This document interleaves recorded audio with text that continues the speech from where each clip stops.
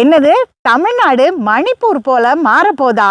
ஆமா, இப்போ ஒன்றிய அரசு ஒரு தொகுதி மறுசீரமைப்பு திட்டமிடுறாங்கல்ல, அது நிறைவேற்றப்பட்டா தமிழ்நாடும் மணிப்பூரை போல தான் மாறும். தொகுதி மறுசீரமைப்புக்கும் இதுக்கும் என்ன சம்பந்தம் அப்படின்னு நீங்க கேட்கலாம்.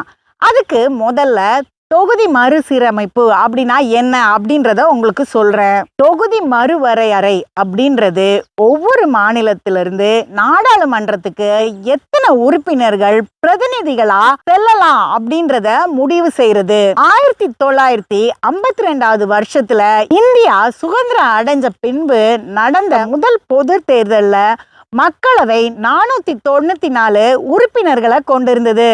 அதுக்கப்புறம் ஒவ்வொரு 10 ஆண்டுக்கும் இந்த எண்ணிக்கையை மாற்றுறதுக்காக தொகுதி மறுசீரமைப்பு ஆணையம் அமைக்கப்பட்டது.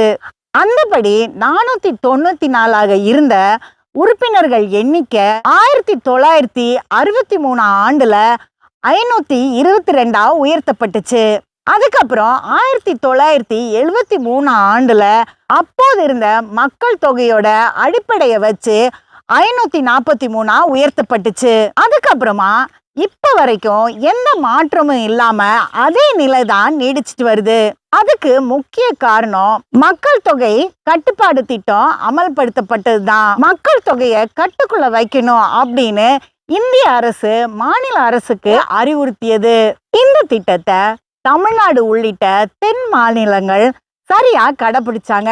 ஆனா வட மாநிலங்கள் இத காத்துல பறக்க விட்டுட்டாங்க.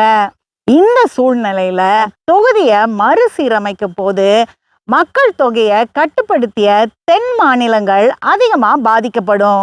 மாநிலங்களுக்கு இடையிலான பிரதிநிதித்துவம் சமச்சீராக இருக்கணும் அப்படின்றதுக்காக மேலும் 25 ஆண்டுகளுக்கு தொகுதி மறுசீரமைப்பை தள்ளி வைக்கிற சட்ட திருத்தம் 1976 ஆண்டுல கொண்டு வரப்பட்டது. 2001ல இது முடிவுக்கு வந்துருச்சு. ஆனாலும் வட மாநிலங்களுக்கும் தென் மாநிலங்களுக்கும் மக்கள் தொகையில சமச்சீரான தன்மை இல்லாததுனால இன்னும் 25 வருஷத்துக்கு இத தள்ளி வச்சாங்க. இந்த காலாண்டு இப்ப முடிஞ்சிருக்கிறதுனால மத்திய அரசு தொகுதி மறுசீரமைப்பு செய்யறதுல ரொம்ப தீவிரமா இருக்காங்க. இதுதான் இப்போ தமிழ்நாட்டுக்கு பெரிய தலைவலியா மாறி இருக்குது. இந்த தொகுதி மறுசீரமைப்பு 2 வழிகள்ல நடக்கலாம். ஒன்னு 543 தொகுதிகளை மாற்றாம அப்படியே மறுவரையறை செய்யறது.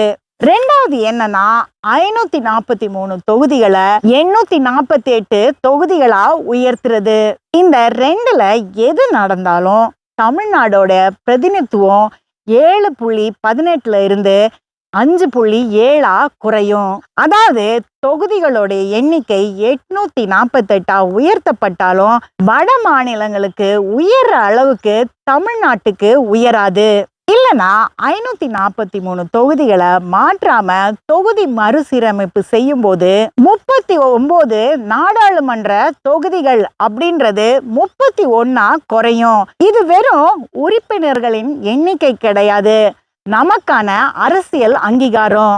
இந்த எண்ணிக்கை குறையும் போது நாடாளுமன்றத்துல நம்மளுடைய குரல் எழுப்பப்பட முடியாம போயிரும்.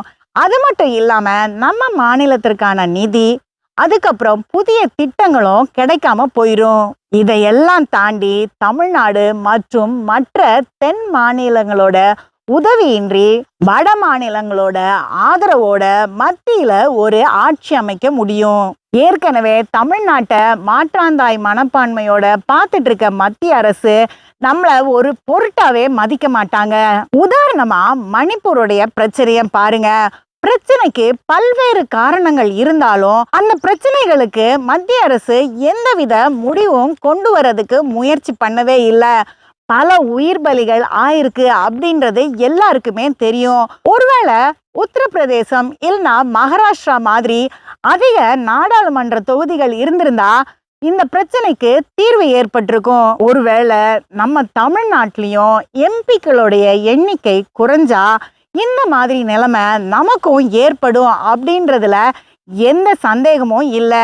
இந்த ஆபத்தை உணர்ந்து ஒவ்வொரு தமிழனும் இந்த தொகுதி மறுசீரமைப்புக்கு எதிராக தங்களுடைய குரலை எழுப்பணும். அதுக்குன்னு தொகுதி மறுவரையறையே வேண்டாம் அப்படின்னு சொல்லல.